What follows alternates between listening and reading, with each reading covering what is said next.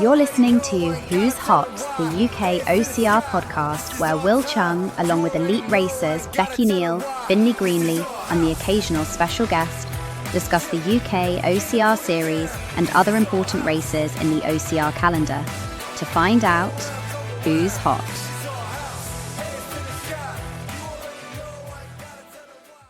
Hello and welcome to the latest UK OCR Who's Hot podcast. My name is Wil Chung. I am the host and I am here, as always, with my two elite racers. First of all, I got Finley Greenleaf. Finn, how you doing? I'm all right. Yeah, I'm alive. Let's just say that. So yeah, all good for now. Alive? Would you like to elaborate? I see. I want to say about jumping the gun. I want to say I've been training hard, but obviously Becky, you've been doing a lot more harder training than myself. So I can't really say I've been training hard because you've done a lot more distance than me. So I'm going to backtrack and say I'm alive and weller than I think other people are from recent events. All right. And we'll go to Becky. Becky, how are you? I'm fantastic. My quads, not so much. But yeah, feel good. Very pleased. What's wrong with your quads? DOMs for many days. Really? What's been going on? Well, I ran a marathon, the fastest I've ever run before. So Yes, you did. yeah. Congratulations. Of course, many listeners know that we've been talking about Becky's training for the London Marathon. Becky, tell us all about it. Well, I mean, the prep was good. Everything was going smoothly. So I knew I had a good opportunity. I was aiming for a PB. My PB before was like 3:05:56, and I wanted to take a big chunk off of that. But I had no idea whether I could really. Well, I had some idea. So I thought I could get a PB, and that left me quite close to breaking sub 3 hours. So everything lined up and I thought I'd go for it. And I did, and then I did a negative split, ran faster in the second half by 24 seconds to finish in 2:58:22. Took over 7.5 minutes off my PB, and yeah, it's mad. It's more than I could ever have dreamed of. Amazing. Congratulations. That's a huge chunk being taken out of your PB. Thank you. Yeah, I mean, I was very focused on the time, but the whole experience itself was fantastic. My dad ran as well, and he did really well, and Das did really well. He got 2:32. So we've all got qualifying times for next year. So we're going to go on about it even more. Do it all again. Maybe. Yeah, we'll see. Maybe you should come up to Manchester next year instead. Maybe. But of course, congratulations, Becky. We didn't want to not cover that. It's absolutely fantastic. So well done. But of course, we are here for the big one. We're here for the British OCR Championships, hosted by Nuclear Races, which is on Saturday, the 9th of May. And to help us talk about it, we have a Rumble Fitness leader. We have Dave Peters, who is acting RD. Dave, welcome to the podcast again. Hello, mate. Thank you for bringing me back on again. It's always nice. It's been a little while since we had a chat, so it's quite nice to get back on again and join in with the conversations. And massive awe of Becky. Well done. That's amazing. You should be well pleased with yourself. Makes me feel very lazy with my 10 miles that I'm running a week at the moment. You've got more than me this week anyway. Thank you, Dave. There we go. Cool. But yeah, thanks for bringing me in. Very happy to be here. No, thank you. And, you're now a veteran of this podcast, probably one of the people that's been on most than anyone else, but of course, with absolutely good reason. A race director for the British Champs, once again, over in Nuclear. Well, where do we start? I'll leave it over to you. Let's start talking about, I guess, your bit of build up so far. How has it been going? Then we'll start to talk about some of the obstacles and some of the rigs, because I know that's what listeners are really going to be interested in. But, how has setup gone so far? Yeah, it's been good, mate. It's really funny because obviously you've got to juggle bits and pieces between like your own job and what you're doing day to day at Rumble. But it's been really nice this year because obviously last year I worked with Nuclear last year, putting the champs together last year. So now we have a good understanding how we all work and what people need, and it's just easier, like the flow of working together is easier. There's less double conversations, I suppose, because you haven't got to kind of reassure each other of what you're doing, because everybody knows what we can all do and where we can pull on each other to pull different things in. So it's been really nice. I really enjoy working with Sam. I think she makes it as easy as possible for me down at Wild Forest as well. So it's been good. It's bbeen good fun. I've enjoyed the challenge of kind of coming up with some new ideas and some new bits and pieces as well, and it keeps me on my toes, which is good. And I always like to create some some more puzzles for people to figure out. So yeah, it's been good. I'm looking forward to seeing everyone race it. So listeners know we kind of record this a couple of weeks out, so only a couple of weeks out. Are you pretty ready for it now? Are you kind of pretty much set, or is it like you had with some, for example, you say you like to leave a few obstacles kind of almost to the last minute, whether that's the weather or whether it's just something that you're still toying with the idea, but you kind of feel ready? Yeah, I mean, we've finished the rule books and got the general consensus of what we're doing together. That's all gone out, so the information's out for people. The obstacle plans are in place, and I've kind of got, like you just said, like Will, I like to have that last minute available choice. But what I haven't got in my head is, I don't know what I'm doing. Do you know what I mean? So I've got two plans two of the rigs that I've got in there are completely set in my head exactly how they're going to be.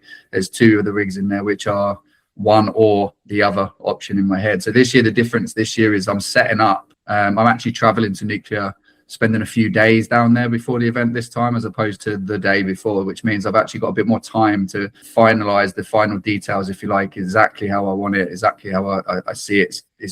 I want to see racing across the rigs as well as challenge and difficulty to certain parts of the race, but I really want to see the rigs being raced across, in different ways and seeing different skill sets being used, and that means I've got to get on them and I've got to play about with them and I've got to tweak final details. But yeah, I'm pretty set exactly where I'm at with what we're doing. I think I know exactly how I want it, but yeah, there might be a couple of little tweaks for me to make it last minute, but my only role now is to literally put the rig together. So I've got some good time to do that and practice them and have a little play. And I'm quite enjoying actually having that freedom in that last sort of couple of days to kind of play about with it. All right, let's talk about some of these obstacles. Where do you want to start? So of course, listeners, if you have entered the British Champs, you should have seen the rule book that there are out. There's lots of photos, there's lots of do's and do nots, and we'll talk about some of those as well. But I want to talk really about the main, the exclusive obstacles which are part of the British Champs, and then if Becky and Finn will cut in with some of the other obstacles as well. But let's talk about some of the main obstacles first, from your perspective. Yeah, so I mean, what we've got is obviously Nuclear Rush, and Nuclear races have got some great stuff anyway. So we didn't, as we did last year, we want to make sure that we use the best of what they've got on every course, irrespective of whether it's a champ specific or whether it's there. So that, like you've just mentioned, they've got some brilliant things there. So people will see the spinning monkeys in there. You'll see their Weaver rig where they've got the under section that you climb under, and then you join the Weaver as the second part of it. One thing we have done with that is clarify the rules a bit clearer for people this year, because I know last year some people, it was in the rule book, but I think maybe they didn't necessarily fully take that in, and so there was some confusion because there's two Weavers in this race. So I really advise people to read that rule book. The under Weaver, if you like, where there's the section which comes ahead of it, so there's like some pegs that you climb underneath and then you go onto the Weaver. That rig, it effectively as one obstacle is get across from A to B, and it's do it how you need to do it. You don't need to weave that. So that will be the first Weaver they come across on the course. It's effectively down to the racers to figure out the best way for them to get themselves safely from A to B. Whereas there is a Weaver later on in the course, which is traditionally kind of over under, as you'd expect to see. So it's important to read the rule book and know exactly where they are. They're very far apart on the course in terms of their placement, but it's a key part, I would say. But there's some really good fun stuff in there as well, and I say fun stuff lightly because I think people are scared to use the word fun when it comes to a championship, and it's like, you're racing, right, but we still should be enjoying what we're doing. So we've put some of the good stuff in there. Me personally, I love the zip wires at Nuclear, and I think that they've got to be in the race. I just think there is skill to it, there is technique to it, but there's also, it's just a good obstacle to use. It's massive, and it's a thing that you don't see at other races, and if you're not using it, I think you're missing out. So you've got some of the classic sort of Nuclear bits in there, and obviously sorry Dave, I just want to, because I remember, was it Becky, the World Championships when the zip wires were in, and I seem to remember females going in, and technique had a lot to do with actually saving quite a lot of time. Poor Rose Wetzel has had some really strong race finishes, but she did not finish that obstacle well. Lindsay Webster was the best at completing that, went from fourth to first, I think, or something like that. I think people weren't planning ahead, but a lot of experienced racers at Nuclear, so people are actually quite efficient, but sometimes it is a bit of a fumble getting out, and it is very fast. So like you might have the marshals, the volunteers shouting at you to slow down because you do pick up quite a lot of speed. Lift your legs up I think is what we're trying to say, right? Well, yeah, and then put them down, but not into the wall because that will hurt. Yeah, don't crash. But yeah, I was going to say I had the opposite last year. I got stuck halfway. yeah, I got the very opposite Yeah, experience. I remember that. The marshal said to me, "Oh, that's a quick one, mate." I went on to it. I got stuck halfway and like trying to skip across, having a right nightmare. Yeah, never seen that one. No. get in the water. So next choose a to you. good piece of kit. You know, you got a whole bucket of stuff there. Choose a good one. Although sometimes you end up on a different one when you get up there and give it to them. But yeah, we've got those classics in there, and then obviously the grand finish wheel as well, right? So you've got the Travelator that's always there now at Nuclear, and I think it's now tried and tested. And I think we had a few years, didn't we, where people maybe found it a bit too fast, but I think we found a really good balance with that now. So I think it makes for a really good finish. And actually, if you go back to last year's championships, especially in the women's race, it was really quite.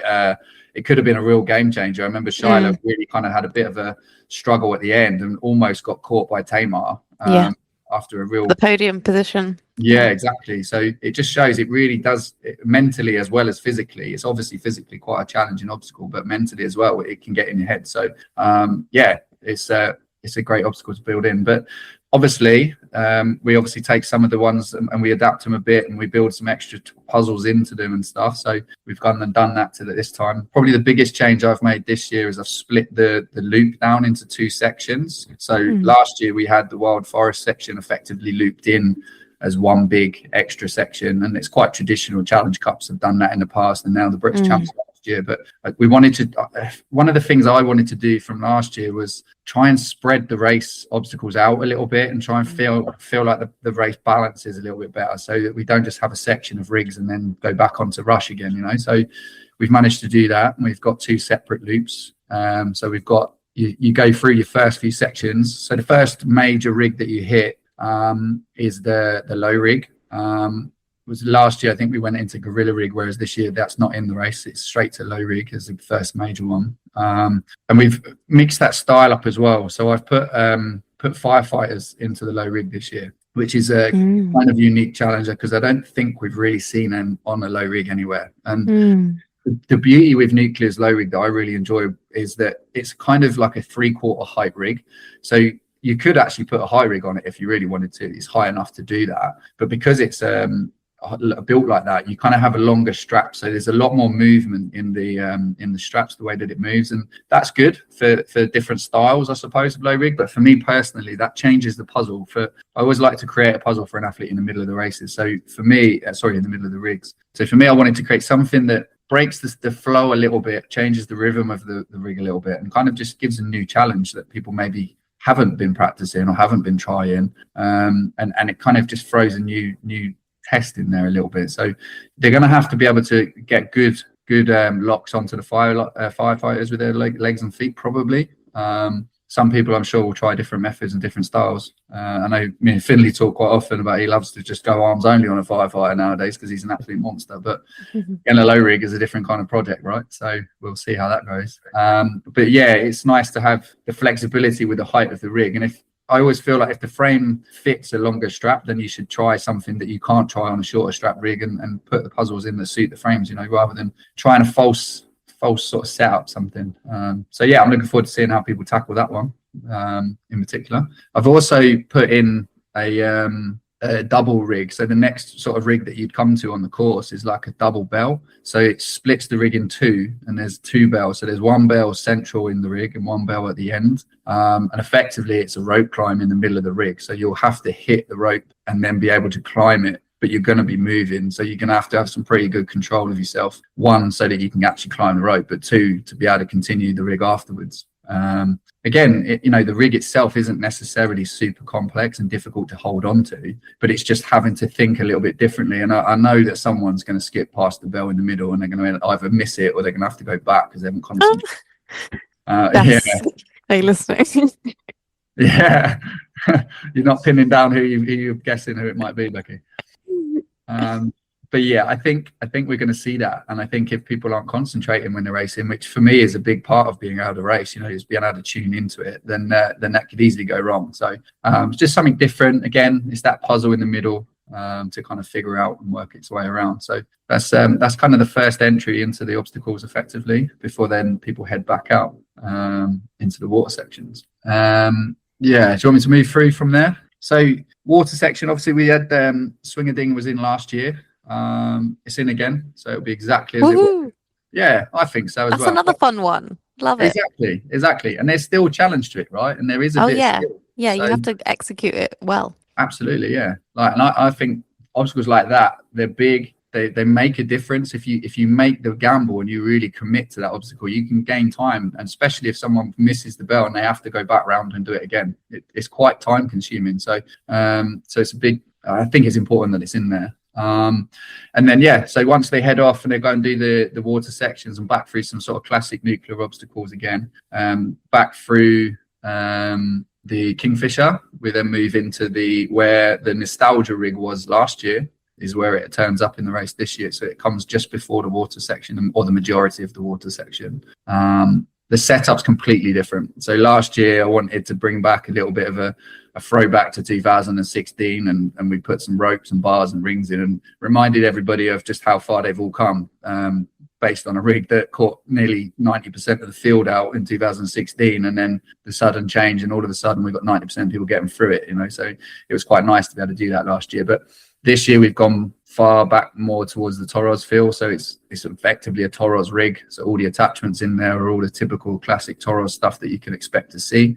Again, nothing too complex, but if you're not familiar with the attachments, it's probably worth familiarizing yourself with the UFOs and the pairs and the things like that, just to kind of get your head around it.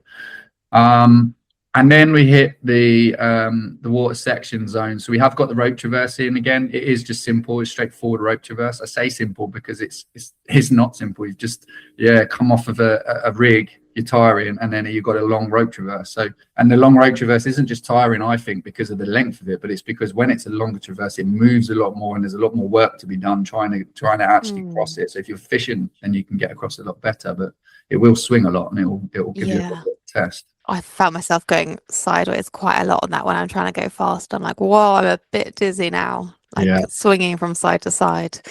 So yeah, it's tough. Yeah, for sure. Then we come to where we would hit Ebenezer. So it was a really interesting conversation this year as to whether we put it in, whether we take it out, whether it's a racing obstacle, whether mud is allowed in a championship race. We've decided not to put it into the race this year, so you will bypass Ebenezer this year.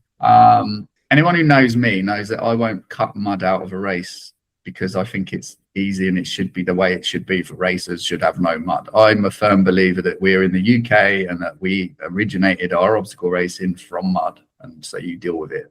Also, Ebenezer as a physical task is a tough obstacle to do anyway. So, but from a feedback perspective, I know that there were a few racers who maybe didn't enjoy it, despite the fact there's a water clean off straight away immediately after. I think it's more, the bigger challenge came from probably realistically from the backs of the waves, where they were clashing with some of the fun runners that were out on the short course that maybe were hitting it at the same time.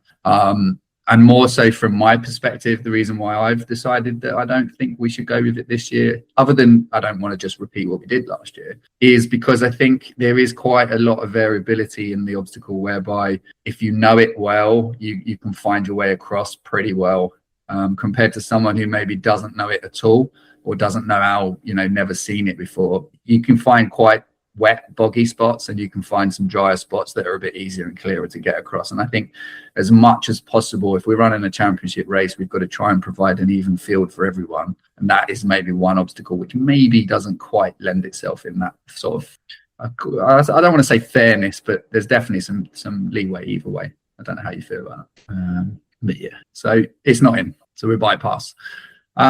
Through the death slide, shouldn't say death zone, that'll put people off, won't it? So through the death slides, and then obviously the zip wire, which we've already mentioned anyway, and then out into the second loop. So that's where we come into the second section of obstacles. I've put a drag into the beginning. So the biggest concern I had with splitting the loop up was I didn't want the obstacles to be the athletes to be too wet, too muddy, to then get on obstacles and just slip off everything. So I was quite keen to put a bunch of obstacles in before we get onto anything upper body, so that it gives the athletes a chance to dry off a bit. It gives them a chance to make sure they're not covered in mud or whatever else. I mean, they should be wet if anything, not muddy. But so we've put a few obstacles in now, and I've put in a strength obstacle, which I don't often do when I'm brought in to do technical parts of races. But for me, I was quite keen to add something different to the race this year. Last year we put the tire carry into the jump course, and it definitely worked. It definitely gave us a different feel. So I didn't just want to repeat that. I wanted to try and mix something up. So we've put a new drag into the race, which has never been used at Nuclear before. It's particularly heavy, so it is, if I'm putting a strength obstacle in, it's going to require strength to get it done. So it is quite heavy. So expect it to be awkward. It's going to get in your head a little bit for those people that don't enjoy strength, and they're going to have to grit through it and really tough it out. And that's, again, it's me putting a puzzle in front of you and saying, okay, deal with it. As alongside that drag, I've also added a carry to it. So athletes will be dragging a tire via a strap, and also carrying a tire at the same time. So the tire has to be carried. I've had a few people already asking, like, if they can kind of slide it onto the strap and drag it with the wheel. You're not allowed. So if you do that, you will get given a penalty for it. The tire has to be carried on your person somehow. How you do that is your call, but it cannot be linked via the strap effectively. And so you've kind of got that awkwardness to it as well. So we know it's heavy and we know it's awkward. It's also in the forest, so it's quite likely that you're going to be brushing through leaves, and you're going to have uneven ground, roots and bits and pieces. So it is made purposely to be awkward, heavy, and make a difference in the race. And that is why it is the way it is. So it is not by accident. It is going to be tough. And that's what I want to see, and I want to see people having to work. How long we're saying? Not too long. I haven't been horrendously bad. I was tempted to go really, really, really long. And then I thought, if I was doing this race, would I enjoy this? And I thought, yeah, okay, there is a limit to this. So it isn't too long. Suffering. Yeah, exactly. Not a mile of it's one of these horrendous sort of go all the way up from one end to the other end of the forest and then back again. No, it's a fair distance. It's a good challenge. Too crazy, but yeah, it will challenge athletes. Yeah, absolutely. But it's realistic. There's one thing putting the strength things in and making it awkward, but I don't want to break the rhythm of the race completely. And I also wouldn't want a race to be decided on a single obstacle either. So no, it's more the weight and the awkwardness of it that's going to make the difference. And also the race in line, because it's not a straight out and back where everyone's got a lane to work in. It's an out and round, which means potentially someone can cut someone up, someone can get around in front of you. You got to race it. It's got to be done like everywhere else on the course. So it's taking the inside line is always going to be your favour, right? So so that's there. And that's the entry to the forest again off that section. So from there, you work your way up through some of the typical sort of traditional ones. You've got the tire wall in there. You've got the normal walls, inverted walls. You've got the tricep bars. You can use your feet on the tricep bars. It's not hands only, it's bars, it's feet and upper body together. I've also added in some like natural obstacles. So there's some big logs and trees that are in the forest that lay down, so you can climb over some of them. I'm a big fan of kind of just going back to the old, use what's there, and when trees are falling over, let's use them, let's go over them. So so there's some added bolts and bits and pieces in there in the forest. And like I said, it gives us that opportunity to dry people off a bit, get people accustomed to being in the forest again, and then away you go. If you're working in the forest at the moment, you're probably covered in thousands of caterpillars, which I've found recently, which I wasn't aware of. No one from Nuclear has ever made me aware of that at this time of year, but that's been fun. So that's an potential additional obstacle to navigate, is the thousands of caterpillars that you have to run with, which is all good fun. But yeah, so we hit from there, we're going into some more rigs. So small, subtle changes, really, nothing too crazy. So the Wonka bars are in. There are ropes now, though. So when you link the up and down bars that start and finish that rig, the bar that's a scaffold pole usually that joins the two bars together, there's ropes on them bars. So they'll have to do the transition across the ropes in the middle, which one will change the technique, but two will also fatigue people slightly differently if they're not very efficient. It really disrupts the rhythm. Yeah. Really changes it, because you get quite a lot of momentum going across the Wonka bars. Yeah, exactly. Very interesting. And again, this is it, right? So this is what I do. I break people's rhythm. I try and find a puzzle and give you something different to work with in every single rig. And what I like to do is try and give everyone the entry in, so everyone gets a good flow and gets a rhythm to start it and work their way in. But then there's going to be changes and challenges. So there's the ropes on the adjoining bar of the Wonka bars. That the important part there, other than obviously staying up on you and not being feet down, is the don't touch the bar. So the actual pole that the ropes are on, you can't use. You've got to use the ropes only. So the temptation will be, especially for people that are in rhythm at nuclear, to come off them bars and just naturally come a hand down to the pole. So you've got to be really careful, because that's where the TOs will be briefed to be quite hot on as well. And then from there, we move into the jump course without the tyre. Ooh, like some people will be buzzing. Still doing the jump course because, again, I just think it's a great addition. I think it's just another fatiguing section to work through. Even without a tyre, it's still a challenge. So it's definitely going to test something different. And then that's going to lead us out into the sort of gauntlet, if you like, of obstacles that run down the road. Quite traditional section that's used. And again, nothing's too crazy different there. The one big change we made was we made nail bite a mandatory obstacle this year. Last year it had a penalty on it. Whereas this year I've decided, no, you're doing it. So you just got to start again. If you fall off, start again. Or if you touch the wrong parts. So key thing there is to keep on the yellows. Don't be touching all the framework and the black stuff. So work your way across. And then you hit the coat hanger rig, which last year we put Soros on. This year we've decided to go with captain hooks. So we'll have the captain hooks and the eyelets, but again, the puzzle that I add in is the fact that the coat hanger goes up and down. So the first challenge is it's very low when you start. So you really got to be aware of where your feet are when you start. The good thing is normally the challenge when I test an obstacle, long. Yeah, exactly. The first thing is I can reach everything. So it's like, oh, that'll be fine. And then you have to kind of work it backwards. Whereas this year I've kind of had to challenge it myself. It's been a bit of a challenge for me to get into the rig because it's low and it's quite, the attachments are close enough to all reach, but it's the height that's the problem. So I can do it, which means if you're 6'3", you'll be all right. So we're hanging on one arm, holding on to it. I'm just describing it for anyone who hasn't done that type of obstacle before. Hanging on one arm, essentially, with your hands on like a T-bar, and on the top of that T-bar there's a hook which has to fit through a very small metal hole which is suspended from a horizontal bar or something, which is also going uphill and then downhill, and that bar is also suspended by like moving straps. So there's a lot of moving parts in there, and also, by the way, your feet are very close to touching the floor. Yeah, exactly. It's quite a lot of like different movement there, which maybe we haven't really fully experienced. So I think you've got to be ready to adapt and stay calm, and hand-eye coordination. Oh, interesting. Absolutely. When I tested it, I filmed it because I wanted to see, exactly what you've just been talking about, Becky, like with the changes for all the directions, the heights, the precision and everything. And actually you get quite a circular motion, whereas obviously we're used to doing a lot of pendulum work where we're working very sort of swinging on the pendulum or sideways traversing in sort of a crabbing technique.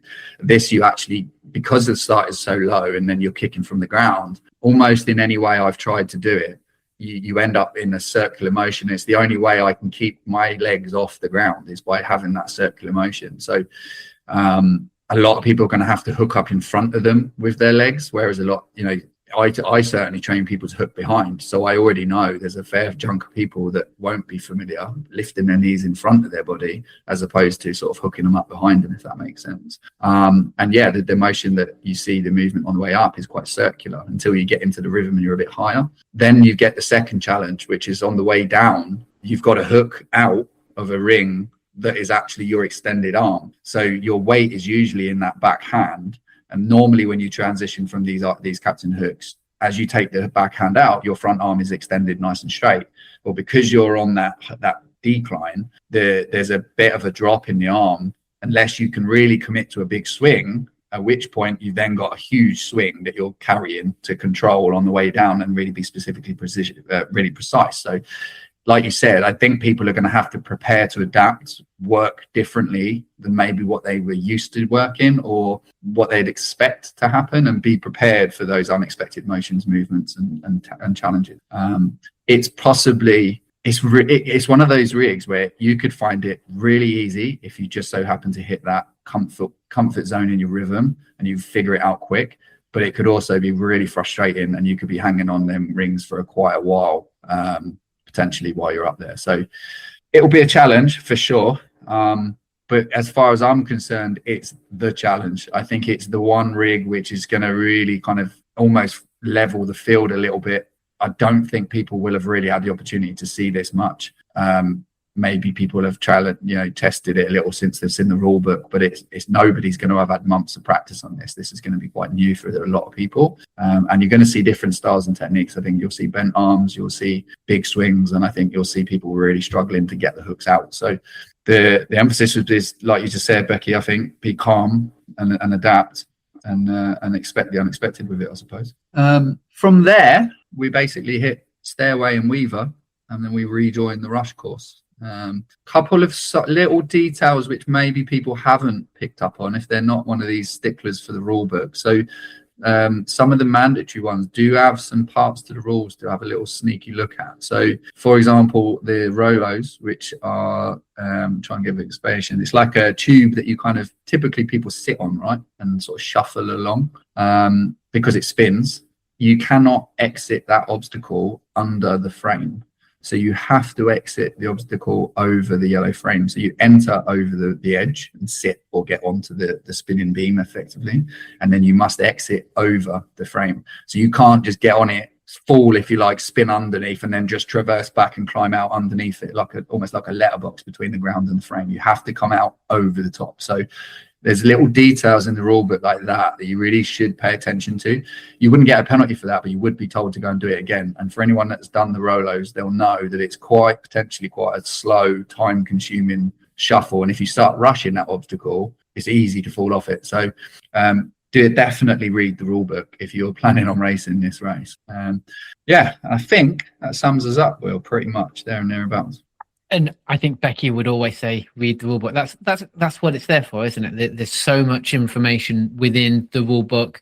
I know some of the photos are representations may not be quite right, but at least, especially for new racers or people that haven't done nuclear before, at least gives them a bit of an idea. And of course, there's lots of videos out there on YouTube and everything else for people to see from last year as well. Dave. Sorry, on that as well, I should say we are planning to put some videos out on social media in those days before Thursday, Friday, before the event. So it's well worth keeping your eyes on social media because where I'm testing and things like that, we will do some small, short videos of bits and pieces as well. It's always, we'll try and give as much information as we can. So it's as far as I'm concerned, it's important that we do that. But yeah, keep your eye on nuclear social pages and stuff as well. Probably British Obstacle Sports pages as well, and it'll be there. So yeah. Well, that's for nuclear races on Instagram is at nuclear races, and British Obstacle Sports is at British Obstacle Sports. Becky and or Dave, let's talk about penalties, because a lot of these either must complete, some are single attempt. Let's talk about the penalties and kind of the way that we're going to be working in the British Championships this time around. So I'll talk you through the system. So the system is penalties at obstacles. So there's no banded system at this race. It's obstacles completed or penalties directly at the obstacle itself. One Nuclear really kind of prefer to run their races that way.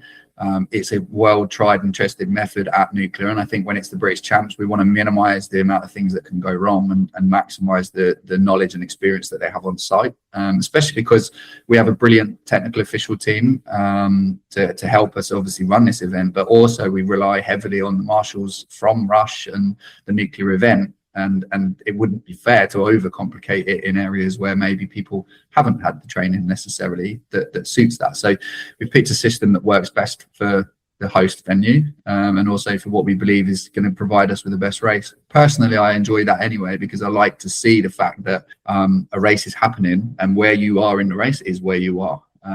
So people have an idea of, where they're placed even after an obstacle failure, as opposed to waiting until the end and rushing a penalty loop. So on the rule book, there's 69 obstacles, plus minus, a little bit of grace.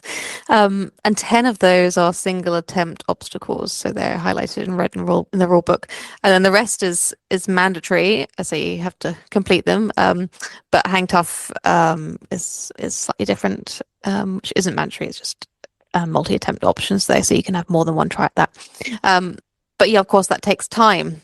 So gaining all that information from the rulebook, from the social media videos, and anything that we're saying on this podcast is definitely going to kind of up your chances for those 10 single attempt obstacles. It's really difficult to know actually what it feels like, but doing things like, visualizing and imagining which way you're going to move and predicting that a little bit, and thinking about it as you're coming up to the obstacle is probably going to maybe make a difference between doing a penalty or not. But yeah, we definitely had a lot of kind of great feedback from the penalties at obstacles in the last British Champs, the 3K at Tartan Warrior.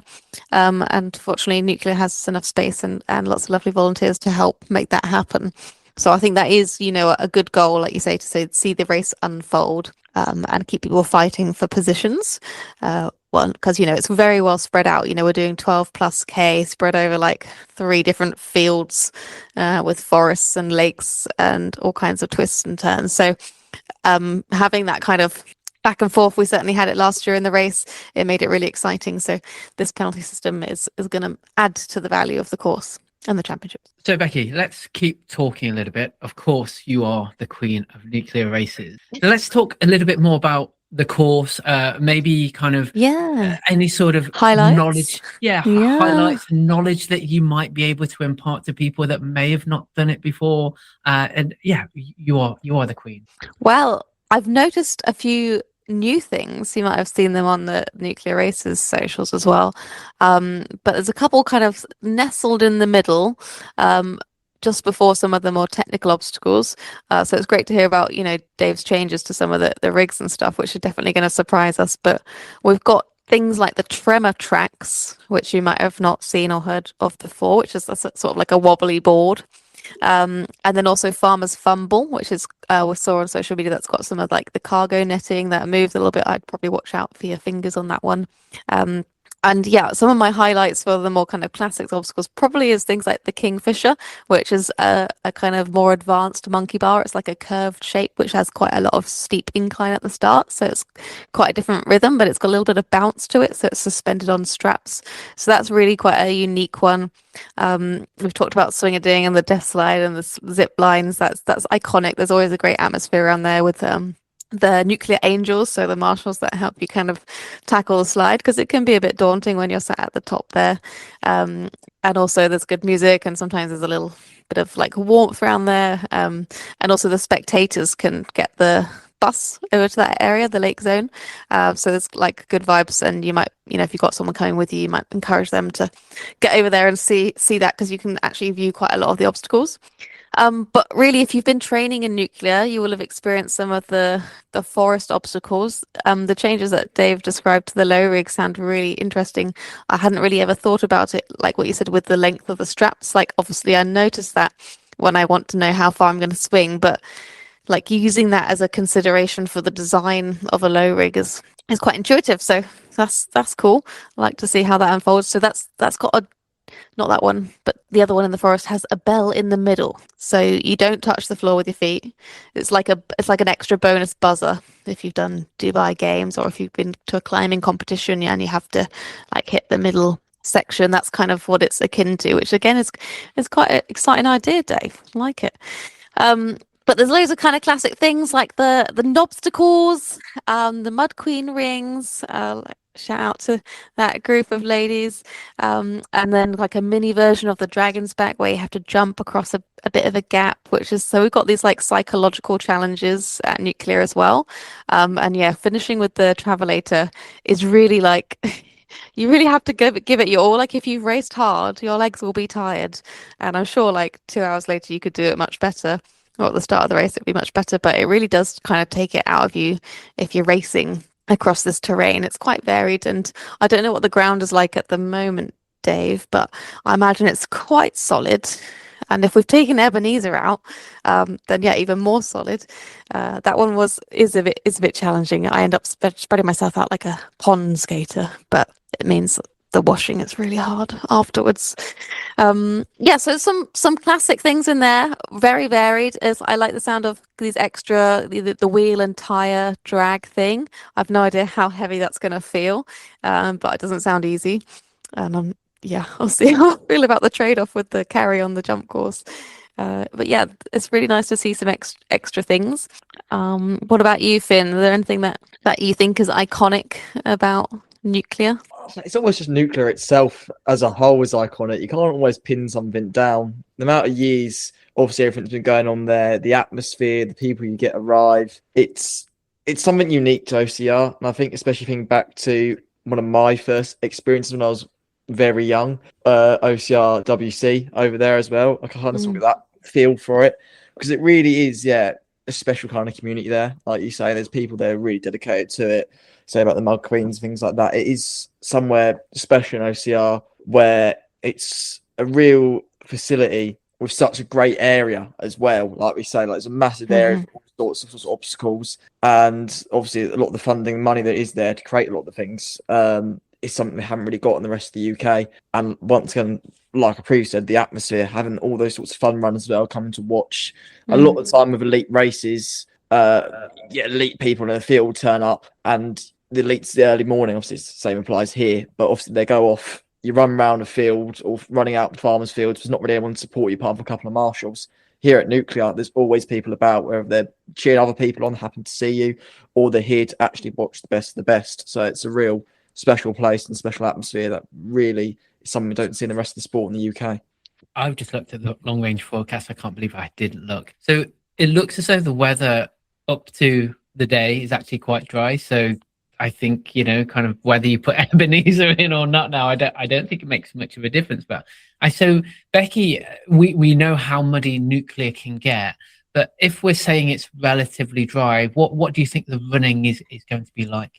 I actually think that this has a really fast start. I know we kind of go straight into a bit of a ditch and through some forest, but the next bit of running after the short carries at the start is quite fast woodland. And we've, the women at the front of the race have been hitting some like really fast, probably unsustainable paces through there.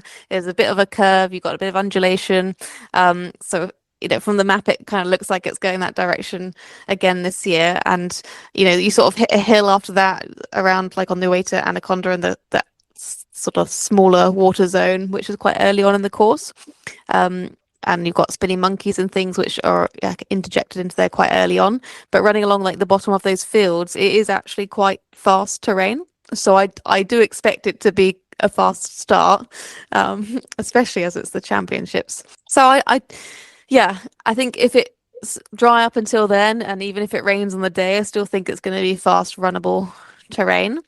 If it rains on the day, then that will be a kind of a game changer for some of the single attempt obstacles, probably things like spinning monkeys where you need a bit of momentum and a bit of movement, which means you maybe find it more slippery, and that can kind of get in your head early on in the race when you haven't had a lot of warm up for your forearms, for your rigs yet, and that can kind of have knock-on effects potentially as well. So rain on the day will probably be more affecting the obstacles, but I think the ground's going to be fast. But watch out for your ankles. Absolutely. It is dry. Just give you a quick head up on it. Like, it is really dry there at the moment. I don't know if it is going to rain. I know some people are saying there's a bit of wet weather coming, but I think it's conflicting weather reports anyway. But the one thing I would say is last end of the year, sort of, when was it? Was it November? Was it fallout over at Nuclear? Mm-hmm. November. Yeah, but we'd had that really dry summer, and I started that the race at Nuclear in November. I started it in like mixed trail shoes. Now, don't get me wrong, that was a bit of an error on my front because you still got all the water section, you still got sections to go through. But I did that on the basis of I knew how dry the ground still was over there. But it also didn't take long for that to churn up a little bit and instantly have some of that sort of mixed, wetter, slippier areas and things. And there was still some boggy sections and stuff. So even though it is dry and fast, and it definitely is quick at the beginning, Becky, I agree with you.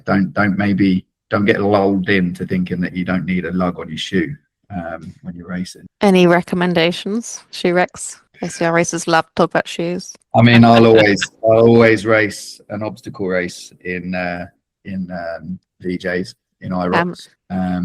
But How many mil lugs are we saying? for me, not 4, massive. 7. No, 7, no. 4 probably be all right, but I just think there are some wet sections. So if you go too short, then you probably will struggle in certain sections, even though the rest of it's very dry. Finn, you got a shoe preference? I have a shoe. Too broke as a student to get more than one, so it will be the Adidas 220s I'll be wearing. They're holding together, and they'll be the ones I'll be rocking still. They're a nice lighter weight shoe, not a massive lug with them, but hopefully should 4.5 mil they are. Oh, know more about my own shoes than I do. There you go, perfect. That's what I'll be wearing. But there you go. Represent. Of course, she as Adidas, so of course Becky knows. Finn, whilst we've got you, there's 2 questions I want to ask, but the first one, and then we'll go into the second one. But the first one is, you obviously, well, not obvious, but you are part of Team Grumble Fitness, and you run with Dave, and you work with Dave, and you have done for several years. So give us a little look into his brain. Dave has talked a lot about puzzles, and you've run a lot of his courses, a lot of his kind of his training camp. So tell us a little bit more about it, just so I guess for other races to try and kind of understand what those bits of obstacle sections are going to be like. That is such a wide question. I don't know how to almost respond to it. I think obviously Dave, like he said before, those puzzles kind of idea. When it comes to an obstacle Dave's done, you often can, a lot of them sometimes, find a bit of a flow, and they're really nice. Dave said he's trying to prevent that sometimes, these ropes, but they are, like you say, puzzles you kind of try and want to solve, and you can kind of find your way through and like find yourself comfortable, and they're great for finding bits of speed. Obviously, in obstacle course racing, it's not just running. When it comes to obstacles, it's a chance for people to get ahead, chance for people to fall behind. I think especially comes to these obstacles Dave's done in the past, they are often race deciders, especially penalties as well. Looking over at obviously Rumble, you can't almost describe obstacles there because it varies so much from time to time. We've seen all sorts from Dave in the past and the present and so. But overall, obstacle wise, you can always guarantee it's going to be a challenge. I think we've obviously heard that today. It's not going to be easy. That is a guarantee, I can say now. But yeah, in reality, it is the peak of, in terms of British obstacle course racing, a proper challenge and a proper thing for the British champs, because there'll be obstacles that obviously won't be easy to tackle, and there will be those little things in there. There's always something in there. I think Dave's talked already today that will just catch you out and make you rethink, and that's what's really important. To kind of have to think on your feet as someone going in a rig, think, okay, I've got to do this now, I've got to do that, etc. So yeah, there'll be real challenges, and a key thing I think as well is you'll never, even with experience, I think there'll be little bits in the obstacles where you're never quite going to be comfortable. Talking about Captain Hook earlier, you can miss a hook, you can be out of control. Certain rigs, you have a little slip, even foot locks, your feet can slip. So there's little tiny things in a lot of rigs where you've kind of just got to maintain your focus and control, because yeah, you couldn't expect the unexpected, basically. And that's a nice segue. You talk about this is the British Champs. So, of course, this is a race that is supposed to get out and get the best racer. And Becky, we've talked over the years about what is the best racer, and it's lots of different kind of parts of being a racer, whether it's being a runner, it's the strength, it's the balance, it's unlocking those puzzles, as David's talked about. So tell me, Finn, about the British Champs. What is so special about having a championship race? What is so special about you as a racer? What is special about being part of the British Championships? To put it bluntly, you want to be the best, and that's the place to do it. You want to be the best in sport. We come here to race, come here to win, and that's the greatest stage of all to do it at. It's the British Champs. It's where you get that chance to prove yourself and say, look, I've worked this hard. This is that race, but this is the British Champs. This is what it comes down to. And I've proven I'm better than him, better than them, better than her on the day, etc. It's the place for people where it is the best of the best coming to face each other to find out who is number one. And that is the key for me. It's about winning. Blunt, simple. And Becky, from a British obstacle sports point of view, how important is it to have a race of this caliber, a British Championships? Yeah, I think it's natural to assume that British Championships exists in every sport, so it's essential for us to have credibility as a sport. And you know, when you talk to other people outside of the sport, it would be something that seems very normal. So it's it's very well accepted and understood, and people can relate to that in terms of, wow, that's, you really are, ahead of the game or leading your sport, and this is a verified, organized, independent sort of way of recognizing that. So it is about recognition, both for the people who get the top spots, but also for the sport, and in a way that like makes it on the same level as all those really well-known recognized sports. So it's almost gives us more credibility, to be like, well, of course, yeah, it's the national championships, it's a thing, it's, of course we have one of those, we're a real sport. So yeah, definitely adds value to the sport, more recognition. And yeah, the event itself is very prestigious. Of course, you can qualify to represent the British national team, for example, at the World Championships in Ireland this year, which is in August. So there's details on the selection kind of qualifications for that, which adds depth, and we're going to award age group kind of podiums as well. So there is something for everyone, not just for being number one. Although, yeah, Finn, I understand exactly what you mean. It's nice to get the recognition for the hard work, whatever level you're at, and see where you place, and use that as motivation to stay in the sport, and get more out of it for yourself. So I guess just to kind of finish that thought off, they're all going to be, so if you qualify, there are then qualifications for the World and for the European Championships for people to move on to. Yeah, the European Championships is very soon after. So this is mostly for the World Championships in August in Ireland. Yeah, so it's top 10 in age group, but there is a 50% rule. And then there's awards in the championships itself, which is slightly different. You might have noticed in Tartan Warrior. So we've got like the top 3 elite finishers, and then you've got 18 to 34. 35 to 44, 45 to 49, 50 to 54, 55 to 59, and 60 plus. Of course, we've also got different para categories as well. So visually impaired and also lower limb. Perfect. And for the British champs, we have prize money. So for the elite winners, the elite male and the elite female, there is £100. So Finn, if you do win, then you can go and get a new pair of trainers. Shoes. I feel a bit bad though, because my mum paid the entrance fee for me again, and it's actually, if I win, I'm taking that myself. I'll be honest, I will get myself a new pair of shoes. So I might have to donate it to my mum, but yeah, might have to go that way. Hopefully, if I do win, but we'll see. Indeed. Right. We also have international wave. So we want to, by having a national championships, we want to attract other racers internationally to the UK to see that as a valuable place to learn more and train more and race against competitive athletes that they might see on the European stage, for example. So shout out to anyone traveling to come see us. Yes. So I'm going to talk about last year's winners, because, of course, Finn, it's about being number one, isn't it? So in the British OCR 12K Championship last year, which again was hosted by Nuclear Races, in the female, we have our very own Becky Neal in first place. Federica Di Caria was second place. Charlotte Dehany in third place. Tamar Barkley in fourth. And Karen Macquarie in fifth place. In the male elite, hold on one sec. First place, Daniel Tipcombe. Second place, Tom Tweddle. Third place, Russell Walsh. And in fourth place, Morgan Maxwell. Fifth place, James Burton. Sorry, because we also had Aspen Bergert, who was an international, in there as well. So, guys, we've got the starting list so far. I don't necessarily want to talk about a who's hot. Maybe I will ask you about your top three in a little while. But let's just talk in the round about some of those names that I think probably will start to do well. We'll start with elites, then we'll talk about the age groups. We'll talk about the para athletes, because we have got some para athletes in the start list as well. But Becky, I can see already you want to start to talk, so I'll move over to you first. I was just thinking we could start by, thinking about the women who are returning from that top 5 that you mentioned. So yes, I'll be there. Yes, it'll be the same scenario as last year, 2 weeks post-marathon with tired legs, but well-trained at running, not obstacles.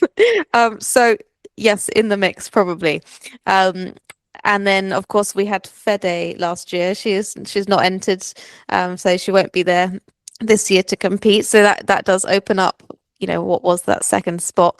And actually, we did have a battle at some of the points in the race. We also battled last year, me, Fede, with Shy, and Shy is on the list. So, given her recent successes as well, she's definitely one of the ones that's going to be up the top there. And then Tamar and Karen, who you also mentioned, are both entered as well. So apart from Fede, we have a similar mix of women as the top 5 last year, but people kind of nudging at that door and in the mix as well, and stepping onto the scene this year probably includes Pip Rainbow, who was 1 second behind Karen at Tartan Warrior, and right up there running with other people in the 8K race as well. So you'd be interested to see how she gets on this course. I can't remember where she came last year. And I know Indy's, she's got a bit of a knee injury, and Cheryl's been doing quite a lot of training, might have a little bit of an injury. Lou, of course, solid racer, been practicing a lot of the obstacles. So if it comes down to, having to do penalties for someone who's a bit rusty at obstacles, I think Lou's got quite a lot of confidence in those elements. So she's also good at the strength and running through kind of tough terrain. So she's going to be a strong all-rounder to maybe kind of get into that top 5. Yeah, Emma McRae, I wouldn't count her out either. She's really good, strong all-rounder too. And then we've got a few like newer names, people like Georgina Quayle. So it'll be good to see, how everyone kind of gets on in the mix. A few local, nuclear races as well, like Vicky Wheelhouse, and also Claire Bancroft, who trains at nuclear too. So I don't know how it's going to unfold. Finn, let's talk about some of the guys, or all of the guys that we've got here. Of course, yourself, but there seems to be a lot of your teammates coming along too. Yes, yeah, there is. I first mentioned James Burton, of course, now teammate of mine, and obviously 5th place last year for him. He seems to be an expert at nuclear. I think we've definitely seen that from previous years, especially like say last. Even though he's not part of the team anymore, he's gone to bigger and better things. But anyway, now he's one of ours. I think, he's still got, great chance. I think he's one of those people who just plows through almost. He kind of just keeps going and going, especially at nuclear.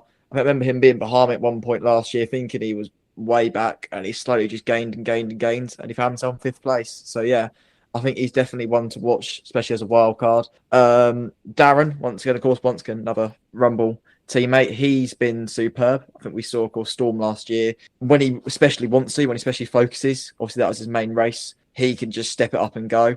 And I know his running's improved a lot. And we talk about all those strength obstacles as well. We know he's strong on the carries. And in terms of technical, also very, very strong on that. So I think he's definitely one who's up there for me, pushing into hope for that top 3.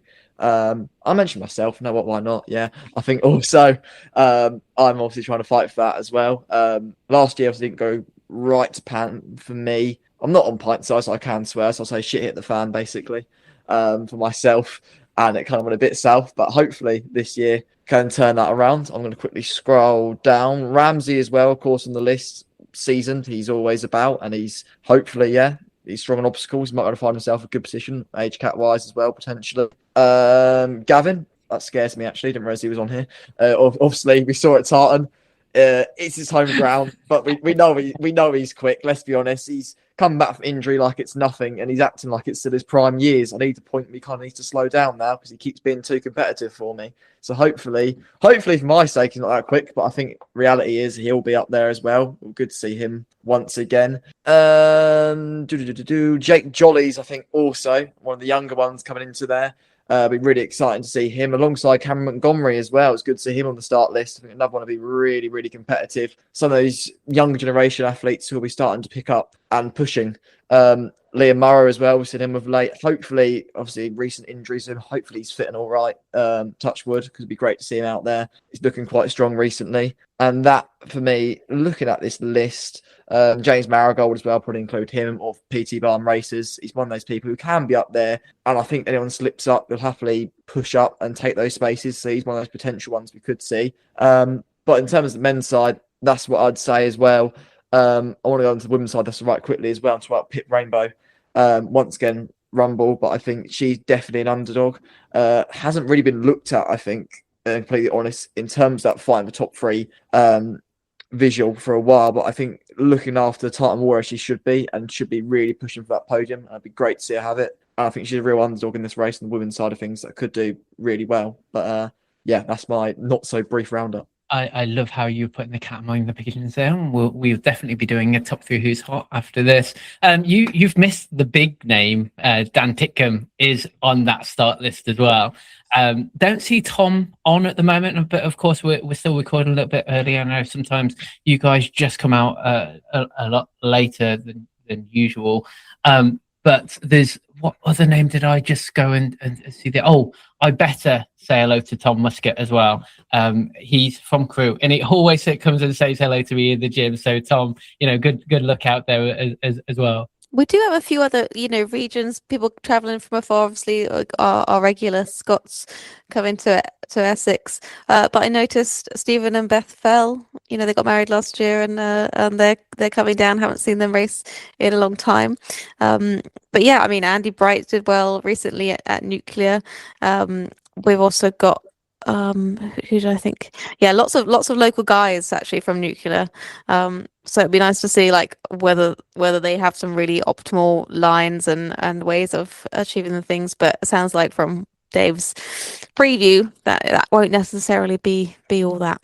But every little helps, right? And of course, we have missed it, but former podcast host Chris Shipley is also on that list. Yes. So great to see him still out there running too. Woohoo! Has anybody mentioned Morgan yet? Oh, I was saving that. Finley, he will not be happy with you, mate. No, I was gonna do a whole top 3 thing, gonna put him up there. I want to best till last kind of style. He's on the list. I wasn't gonna forget that. Don't you worry. I've seen him. I'm well aware. He's going for number 1 for sure. Mm-hmm. Let's talk about the elite, not the elite, the para wave as well. We have a number of para elites and para athletes, and Dawn Jolly's also. She pointed out that we've got an international in terms of Hans Lufdal, who is coming along. I think being supported by his brother as well. So they're really excited to come along and take on the championship course too. Yeah, awesome. We've got Harrison Hendricks as well. Gabrielle Nielsen, I think, is supporting, and also Shelley is supporting Dawn. So yeah, I think we're still looking to build out the full podiums. Jamie will be around racing too, but yeah, tell your friends. Still trying to recruit Millie Pickles. All right, Finn, before you put your foot in it any further, then let's go for your top 3. I'll go for your females first, and then we'll go for Becky's females, and then we'll go to the males. Becky, you can pick the males first, then go back to you. So females. Yeah, so I've put 3rd place Karen. I think obviously she's a very strong runner still. I think she said previously at Tartan she's come off a little bit trained, focused on other things recently, but we know she's still very quick, very technical and up there. And I think she's going to fight for that podium, and yeah, 3rd place for me. Yeah, simple as. 2nd place though, I've gone with Shy once again. We know she's very strong on obstacles. Recently, running wise, I think she has been slightly shorter distance focused, but like I say, we know she's done it before, been very strong. Once again, obstacle wise, it's Shy. Need I say more? Let's be honest. So I think she's definitely up there in a real contention for potentially top spot. But in reality, I've gone with. I'm not doing that thing again like I did in the first one. It actually is you, Becky, 1st place this time. I think, yeah. We were all just waiting for it. I know everyone held their breath there, but no Becky, top spot for me. I'm simple as plenty of times in the past done it before.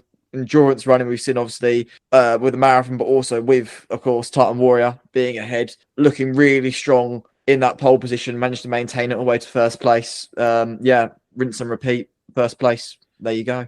Are you sure, Finn? Because of course, PB in the marathon only last week. She's saying that the strength isn't quite there because she hasn't quite. Are you absolutely sure you're going to be putting her I'm positive, and I'm confident I'll come back to the recap podcast and I'll say I was right, and if I wasn't, that's really embarrassing. So please, Becky, make sure. Backing. Yes, but yeah, that is definitely, I think, my set 3. Like I say, Pip potentially knocking on the door can cause some upset, but for now, yeah, my top 3 locked in right there. depends what Dave's put as the penalties. Becky, your female top three. Yeah, I'd like to hope that I'm going to go for the gold. Got to defend my title on one of my favorite race courses. So I'll be going for that. But yeah, I don't know how I'll feel. This will just be about hanging on at the end probably, and see how much the strength stuff takes it out of me.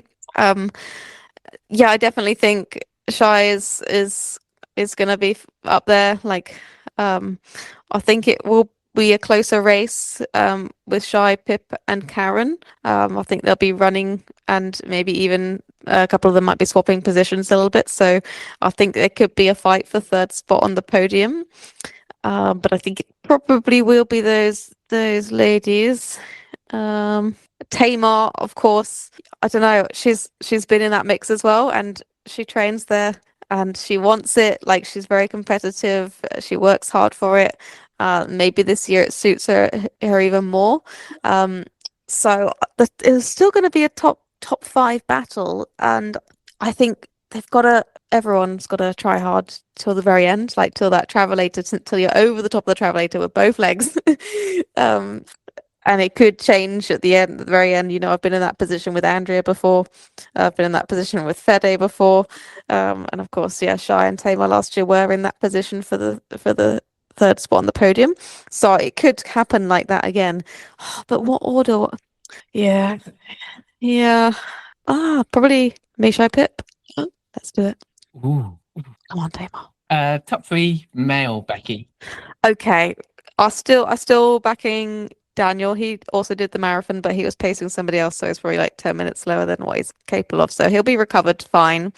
And yeah, no qualms about the obstacle and strength demands either. But I think Morgan is there's been some fast times he's been laying down. What was it, 15 something, 15:50? No, I don't know. Fast, and I think he's going to be able to maintain that, like the course. He's got good, like, tractor legs as well over the terrain, and he's quite springy. So things like the jump course, he handles very well. Some other people I'm thinking of who are fast runners aren't so kind of agile like Morgan is. And then Finley, I think I'd probably put you in third, because I get similar to what I've just described about Morgan. You're very agile and bouncy, and I'm pretty sure you're going to concentrate on the obstacles, but that's probably like the thing to like focus on the most. Yeah, I think that hasn't signed up yet, but obviously he's a strong runner, but I think he's going to have to concentrate harder than you will and work harder for it. So probably not going to put him on the podium. Yeah, I think we'll go with that. The famous names. Love to see. Finn. Yeah, like to see how Gavin does do. We could do some locking in. Finn, your male top 3.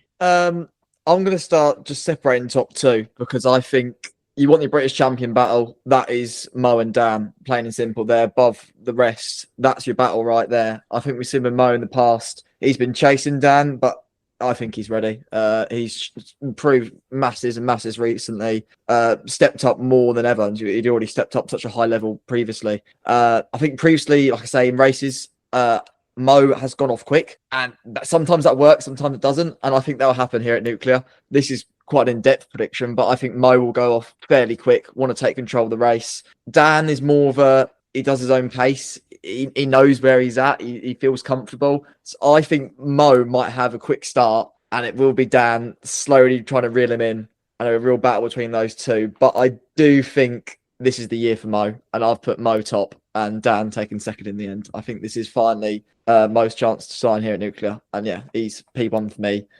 Dan, a tight second, but I think we're really, really interesting race, and that will be the one to watch in the men's field. Whilst third place, I think, is a toss-up between a lot of people. It's going to be a real fight. Nuclear can be like Pandora's box. Things can happen on the day. You can't predict. Things can go wrong. Things can go right, etc. So yeah, it's hard to predict, but I like myself. I put myself as third because yeah, I have that bit of confidence. Yeah, I've had bad times there before. Whatever, let's go out there, take third, maybe fight for first. Doubt it, but you never know. Wouldn't complain about a bronze medal. Yeah, that's about it. Finn Greenleaf, third place. But nice.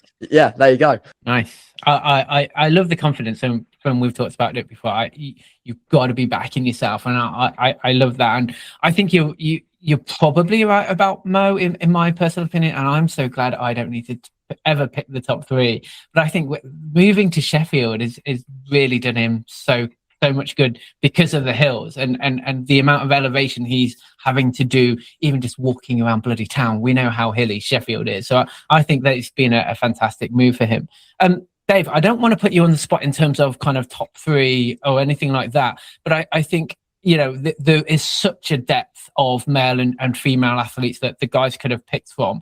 But I guess maybe some of, this is a horrible phrase, but kind of best of the rest, you know, what are the names should we also be looking out for? Maybe not top 1, 2, 3, but I think should be, as these guys have been saying, about the really tight pack that may just be behind them. Yeah, I mean, I think it's, even without sort of trying to go 1, 2, 3, I think you could pull out quite a lot of the names. I think you just seen Finn and Becky both sort of and ah about a couple of those positions. So there's definitely a whole host of those names that can, you know, we talk about them being best of the rest, but actually, you know, they've got every chance. But I'm excited personally to see. I'm excited to see Georgina. I think she's a great athlete, and I think she's learning every race that she does. And I think that it's one of those kind of easily could sneak into a race with people. She's got the legs. She's a great runner. She's a great athlete. Her experience is building time after time. I'm excited to see Kmart as well. Like, I think she's been mentioned already, but I think she's done some great work over the winter. And I think there's a few people with a few niggles at the moment, which are maybe impacting on the way they race. And having championship races so early in the season is always a bit of a challenge in that respect, but it's definitely opens up the field a little bit sometimes. And like Becky's already mentioned, there's potential fatigue in people's legs as well, and hard winters as well. So I think Georgina's a great shout from the sort of that pack, if you like. I've seen some people over winter putting in some hard graft as well and really working on things from the age group sort of perspective, if you like. I think Andy Bright's been brilliant in the early parts of this season, what I've seen anyway. So he'd be someone I'd be keen to keep an eye on and see how he goes. Who else? I'm trying to think who's on the start list. I know Johnny Hunter's another name that maybe hasn't actually signed up yet, but he's intending to. And I've just been out in Mike's gym with Johnny, and he's in fantastic shape. He's running really well. He's still learning, Johnny. So there's a lot that he's kind of still taking on, but he's also starting to come around to that sort of racing mindset a little bit more now. I call him the Mr. Nice Guy at the moment. You know, he's standing at rigs going, "Oh no, after you, it's fine." And it's like, no, you need to get yourself in them rigs and start getting across. You know, especially when the rigs is exactly where he should be racing because he's so good at them. So again, I'm looking forward to seeing Johnny kind of step out of his comfort zone a bit and really kind of back himself. And there's people like that as well. Similarly, like you know, Liam's a great athlete. I think Liam's a brilliant guy who is, again, he's still quite new to this. He's still working on that transition from sort of Spartan style racing, and he does a lot more short course stuff, and he's definitely a better suited in that. But he's definitely got capabilities to put himself in the mix, especially when you're talking about this sort of in and around it, and then maybe in those age group podiums as well. So there's lots of potential there. I think Finn, you mentioned Cam Montgomery. I think he's got a great future ahead of him. And similarly, I think we can see that across a lot of the junior ranks now. We're starting to see them stepping into the adult field and starting to take on races, and I'm excited to see what he can do as well.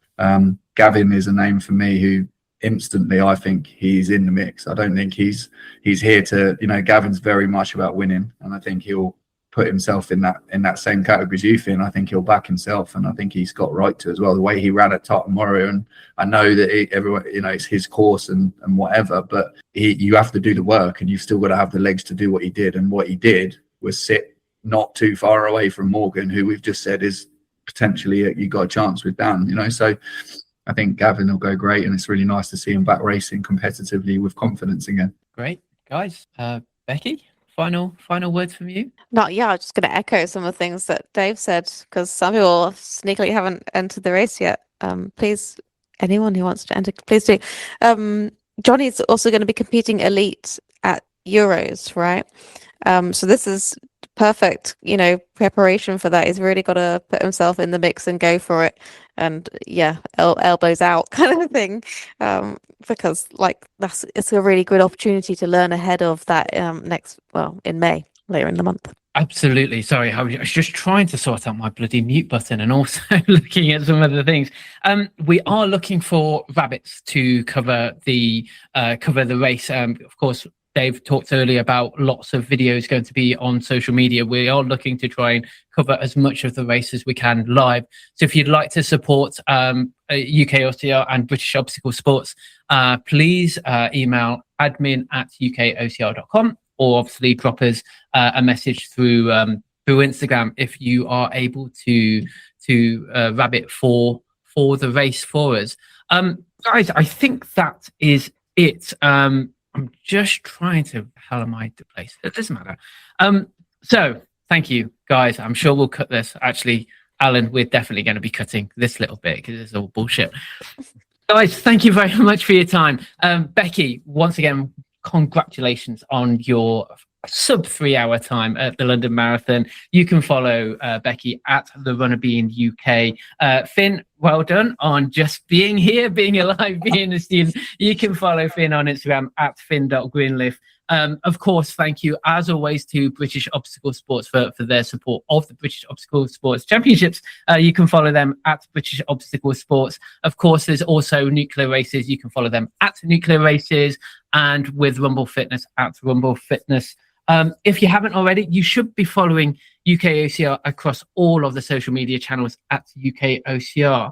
This has been the British Championship preview, which is happening Saturday, May the 9th. And also, guys, by the way, this is episode 100 of Who's Hot. But we will speak to you in the next couple of weeks. We'll be coming back to talk about the British Championships recap, and we'll also be coming back for some bonus episodes around the European Championships very soon. So we will see you very soon, and we will talk to you after the British Champs. Good luck, everyone. Bye. Good luck. Bye. Bye.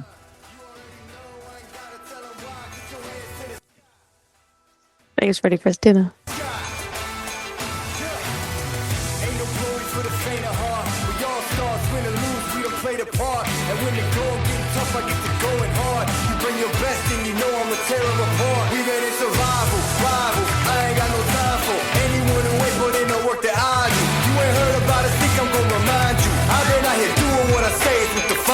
This is our time, hands to the sky. You already know, I ain't gotta tell them why. Hands to the sky. This is our time. You already know, I ain't gotta tell them why. This is our house. Yeah, and we can't put it down. This is our house. We go around, come around. This is our house. Hands to the sky.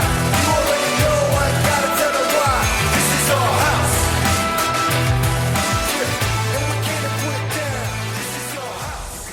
That's fine.